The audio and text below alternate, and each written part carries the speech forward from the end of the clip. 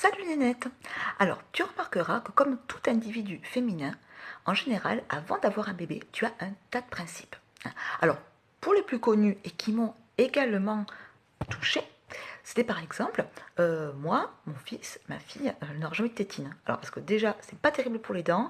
Après, bonjour la galère à lui enlever, donc c'est niette, niette de chez niette, tu vois. Ou autre principe aussi très récurrent, non mais les écrans c'est pas possible. L'autre jour j'ai vu le fils de Pierre et Valérie là, non mais c'est, t'as vu, il est collé à son écran ou à sa tablette. Non mais c'est pas possible. Non, moi le mien, jamais quoi. Après cette période, j'ai eu deux enfants.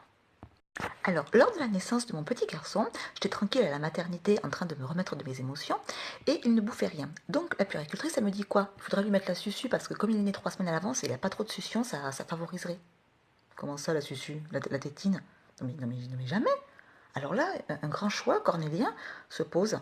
Est-ce que je laisse mon enfant mourir de faim ou est-ce que je donne la sucette et je fais arrose sur mes principes? Ben, je vais le laisser mourir de faim. Hein. Pour ceux qui n'ont pas de second degré, je plaisante. Après, comme tu peux le voir ici, il est la question des écrans. Alors bien sûr que personne ne veut coller ses enfants devant l'écran, hein, bien sûr. Mais le jour où le tien il a la varicelle, tu fais quoi hein? Tu joues à le facteur n'est pas passé à la boîte aux lettres. Mais à deux tu peux pas le faire. Tu fais pas 12 heures de temps. Alors qu'est-ce qui se passe? Qu'est-ce qui se passe hein? Ben, tu surprends ton doigt, là, ton doigt, aller vers le bouton de la télé, et puis ensuite chercher la télécommande. Et là, sans que tu t'en sois rendu compte, tu regardes la télévision ou même, plutôt, tu le laisses regarder la télé tout seul pendant que tu bois un thé, parce qu'au bout de 4 heures du facteur n'est pas passé, mais t'en peux plus, la télé c'est ta meilleure babysitter sur le moment, tu sais plus quoi faire. Parfois, tu reviens même sur des principes que tu t'es fait à toi-même. Pas des principes sur l'éducation, hein. Non, du genre, l'autre jour je croise quelqu'un, et puis c'était un dimanche ou un week-end, et il me dit, mais t'es allé à Carrefour Market un dimanche matin? Non mais moi, j'irai jamais faire les boutiques un dimanche matin, tu vois. Mais où Carrefour Market, c'est une boutique? Depuis quand tu te dis, j'attends les soldes pour m'acheter une super robe à Carrefour Market? Mais où hein? Jamais.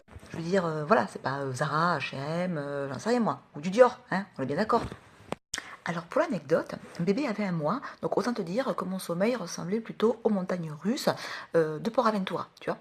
Et je me lève un matin, évidemment j'ai oublié de mettre de l'eau dans mon stérilisateur, après les avoir bien nettoyé, tout ça, je les colle au micro-ondes, et là ma fille aînée elle me dit, maman ça sent comme le cramé dans la maison. Je fais bon? Ah orage au désespoir, le stérilisateur. Alors en fait, les tétines, les valves anticoliques, le biberon et le stérilisateur ne faisaient plus qu'un, hein, comme une sorte de d'amas, de boule de Noël géante. Voilà. Et là, tu te dis, alors calculons vite. J'ai 7 ou 8 biberons par jour, 20 minutes pour les stériliser à la casserole chacun. C'est pas possible. Hein. Donc à 9h10, tu y es à Carrefour Market, 9h10 à l'ouverture. Hein. Tu trouves le premier stérilisateur que tu embarques avec un cri de victoire, bien sûr. Hein. Mais tant pis, c'était dimanche, même si c'était la nuit, j'y serais allée, hein, à 5h du mat, à 2h du matin. Et pourtant, j'ai un grand-père communiste. Et alors, ce qui est rigolo quand tu as des enfants, c'est quand tu vois les jeunes parents, ou ceux qui voilà, n'ont pas encore eu d'enfants, tu vois, avec la maman enceinte, et qui disent ah mais moi je... Et là tu repenses à toi, 10, 15 ans en arrière, ou même des fois, pour le dernier, il n'y a pas si longtemps, j'avais encore des principes, parce qu'en fait tu remarqueras que plus tu as d'enfants, plus tu flingues de principes au fur et à mesure. Oui, au troisième, ah, t'es moins regardant. Déjà, quand tout le monde est propre dans la journée, que ta maison est propre aussi, et que tout le monde a fait ses devoirs, oh bah déjà c'est Byzance. Hein. Le reste, bouh, c'est que du bonus. Hein. Et quand tu les vois, ces nouveaux parents ou alors ces futurs parents, tu as cette petite voix condescendante à l'intérieur de ta tête qui parfois sort même de ta bouche avec cette phrase que j'adore qui est tu verras, hein, tu verras. Bon bah écoute, je te laisse le soin de mettre en commentaire quelques principes sur lesquels tu t'es allègrement assise lorsque tu as eu des enfants, parce que je suis sûre que toi aussi, c'est ton cas.